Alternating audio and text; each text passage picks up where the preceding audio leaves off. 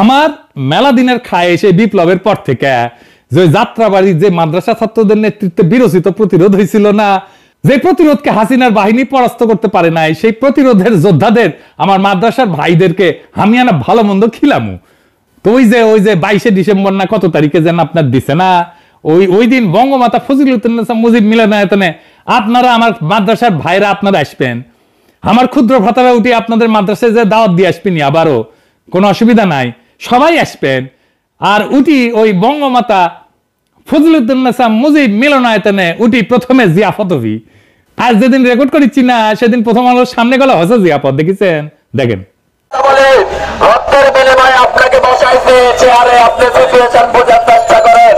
এই যে লোকগুলো একসাথে হইতে এখানে যদি আওয়ামী লীগের কলমের একটা গুলি চালাই দেয়, তখন আমরা কি আওয়ামী লীগের পদত্যাগ চাইবো না সরকারের? এই যে বিষয়টা, ছোটখাটো বিষয়টা, এই কথাটা আপনাকে কানে কে দিবে? আপনার গোয়েন্দা সংস্থা দিবে। সুতরাং আমাদের এখানে আসার আগে গোয়েন্দা সংস্থার বলার উচিত। আগের দিন প্রথম আলোর সামনে মাইকি করার সময় টাইমে আর্মি বাধা দিছে, দেখেন একটু এনা দেখেন। কালকে সবাই চলে আসবেন 4টা বাজে, গরু জায়বতের দাওয়াত রইল। ওকে,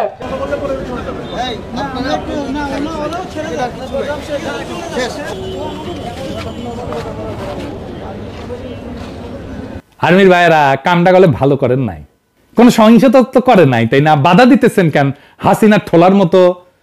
কোন কথা থাকলে আমার সাথে কইবেন, ওরা আমার লোক। বাধা দিলে কলে কমান্ডিং অফিসাররা ধর্ম, হাসিনার দলের লোকেরা মিছিল করিচ্ছে, ছাত্রলীগ মিছিল করিচ্ছে, সেটা ধরতে পারেন না? দেখেন এটা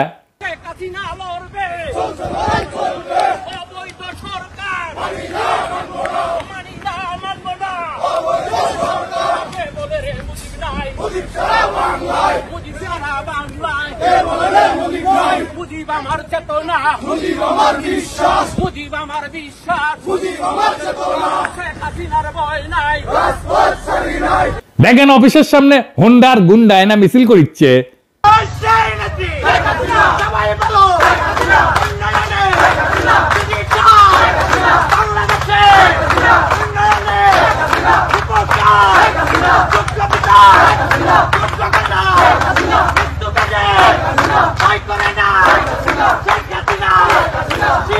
আমরা যা যদি ওগুলো একটা বাটাম দেই না, তাহলে তো রক্ষা করতে সুইটে আসবেন মিয়ারা, তখন করবেন সহিংসতা করিচ্ছি।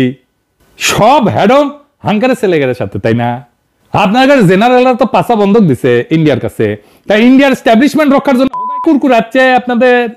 কাল ডেইলি স্টারের সামনে হবি, এপিসোড যখন চলবি না তখন অলরেডি হয়ে গেছে, এটা চলতেই থাকবে, এই জিয়াফত চলতেই থাকবে।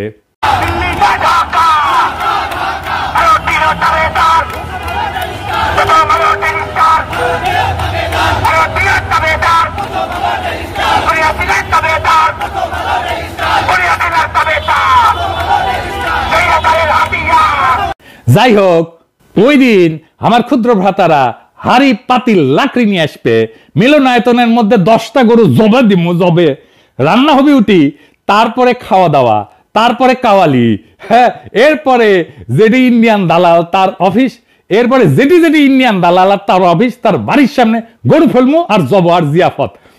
না উঠি শেষ না, উঠি শেষ না।